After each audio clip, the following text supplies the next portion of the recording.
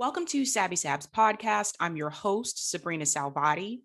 All right, guys, you know how we do this. We start off with Q&A and then we get into today's news. So today's Q&A question is, Sabby, how were the marches for Medicare for all?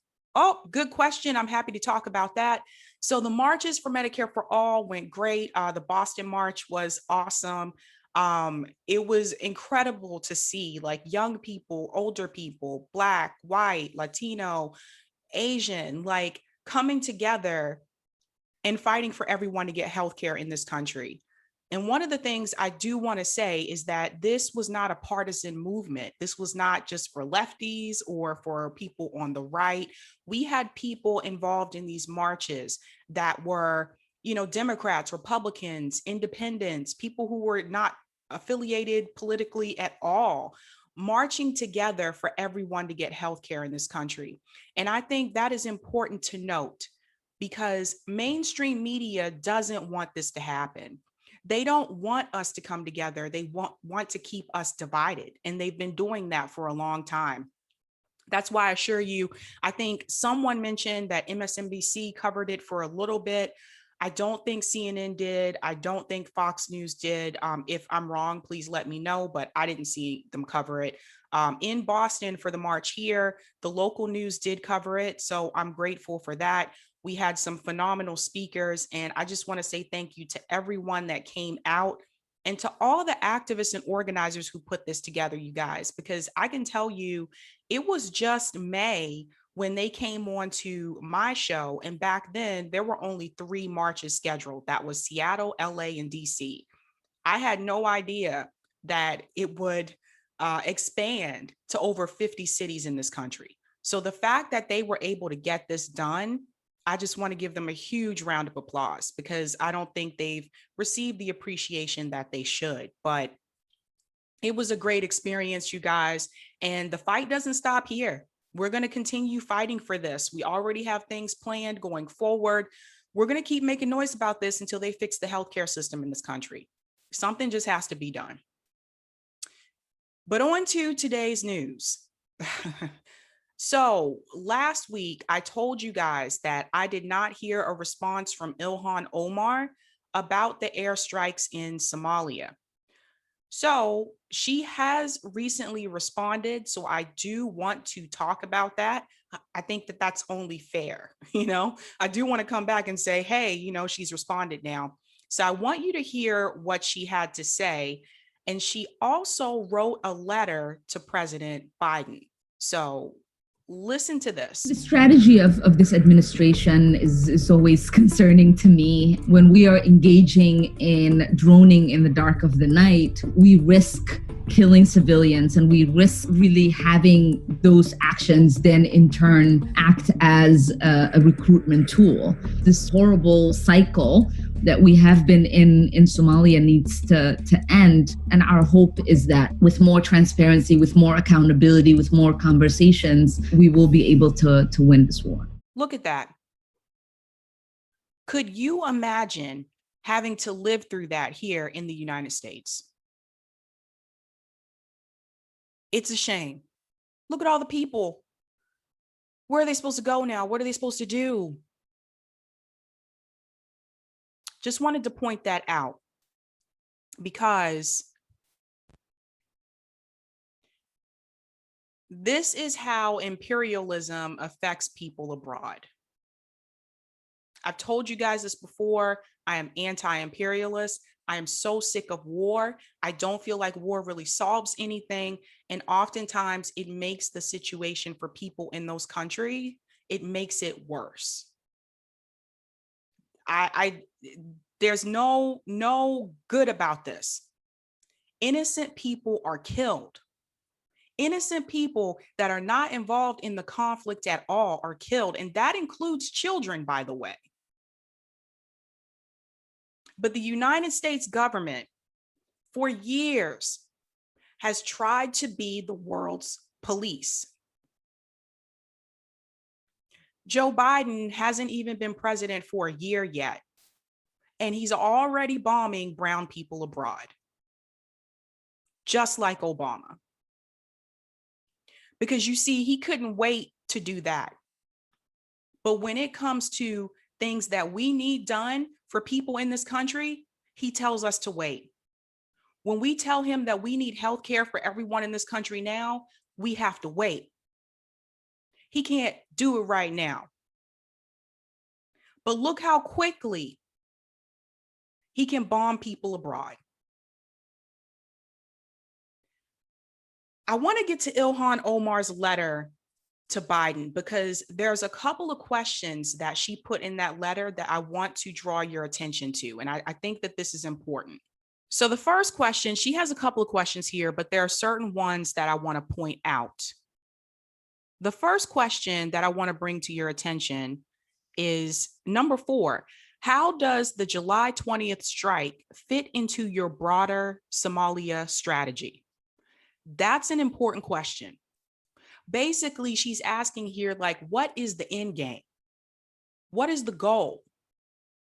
Are you just bombing people just because? What is going to be the end result? What is the strategy? The fact that she's in Congress and she has to ask that question, that tells me that Biden has not made this clear. That is problematic. If the people in Congress don't know what the strategy is, well, for the love of God, we're not going to know either. That's the first question that I wanted to bring your attention to. The next question, how does the Department of Defense define collective self-defense in the context of the July 20th strike? That's a typo there. I don't know who wrote this article, but they need to fix that. But that's also a good question, because if the Biden administration is saying that the reason for this attack is because of collective self-defense, what are we defending ourselves from? That's why she's asking, define it. What is collective self-defense? Which is a good question to ask. Another question she mentioned here is number 5. Were there any American assets or interests being threatened on July 20th that necessitated this strike? Again, that's a good question to ask. Are American assets or interests being threatened? Was that part of the reason for the airstrikes?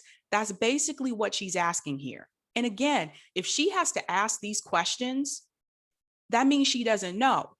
And for people in Congress to not know or to not understand what's going on with the Biden administration, that is very troublesome.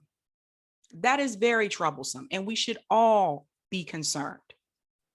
The last question I want to bring to your attention is this one, number 7. Why has the Department of Defense failed to make condolence payments to the families of Somali civilians killed by American airstrikes?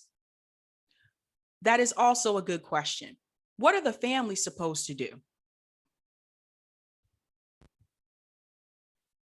What about the families?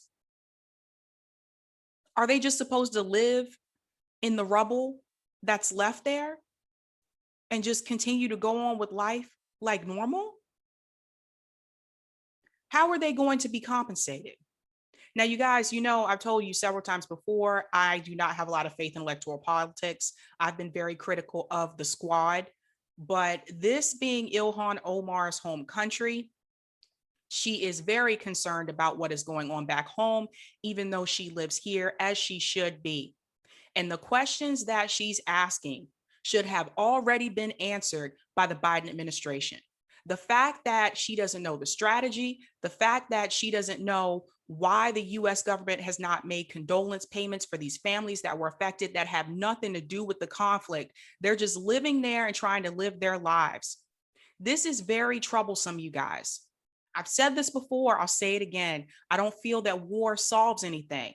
It just makes the situation for people worse. But the United States, again, likes to be the world's police. And I'm going to show you another example in reference to Haiti, because the US government is already starting to look at Haiti now. Listen to this interview. This is a clip from Democracy Now! With AOC. And she's talking about the possibility of the US government getting involved in Haiti. Listen to this, and I want you to pay very close attention to what she says and how she says it. Now, I think there are an enormous amount of concerns. I, first of all, applaud the withdrawal of troops from Afghanistan, but this is, the intention of that is to not relocate troops from Afghanistan to anywhere else. And I don't believe that was the intention in withdrawal from the White House either. I just want to pause here for a second because I want you to pay attention to something. Notice how she says, I don't believe that was the intention of the withdrawal from troops from Afghanistan, but she doesn't know for sure. She's just guessing at this point. Again, the people in Congress don't even know what's going on. Listen to the rest. But this situation is extraordinarily delicate and extremely fragile. And I do not believe right now that the introduction of U.S. troops particularly without any sort of plan, sets any community, whether it's the U.S. or whether it is Haitians, up for success. I do believe that with the assassination, the people of Haiti and the country is in a very delicate moment, and our role should be in supporting a peaceful transition and a peaceful democratic process for selecting a new leader, and avoiding any sort of violence, but particularly in really carrying any, supporting any due process for justice here in the United States for any actors that may have been complicit on U.S. soil. Let me pop out. See, this is one of those moments that can easily be missed if you're not paying close attention to what they are saying. Notice she said, our role, in reference to Haiti, our role. That means the United States government. She's talking about the United States government. They're already thinking about Haiti. And she said, I don't think that was the intention for troops to get involved in Haiti right now. Notice she said right now. That doesn't mean that they don't intend to get involved in the future. Pay attention to these little cue words here. I also noticed she looked very uncomfortable in that interview. I don't know if she was like searching for things to say but you could tell she was not comfortable talking about it. But this is what I want you guys to pay close attention to. They're already talking about possibly getting involved with the conflict in Haiti. The US, once again, trying to be the world's police. I want everybody to think for a moment. How would you feel if it was the other way around? How would you feel if it were other countries getting involved in the conflicts that we have here in the United States? How would you feel if other countries were bombing us? And it was your neighborhood that looked like the image that we saw in Somalia. And it was your family and your kids that had to fear for their lives every day because we would not know when another country could drop a bomb on us. And I know it's not easy to think about because the reality is we don't deal with that here in this country. But just for a second, I want you to put yourself in their shoes. I could not imagine having to live like that. But the United States government, they don't care. They don't care that innocent people are dying. Children, have you guys ever watched Star Trek Next Generation? I love that show. I know some of you guys are gonna be like, what in the world does this have to do with imperialism? But I'm gonna get to that point. Because you see, in Star Trek Next Generation, there was a phrase called the Prime Directive. And basically, long story short, that was a part of Starfleet. Starfleet had this phrase, the Prime Directive, because of experiences that the US government had in the past.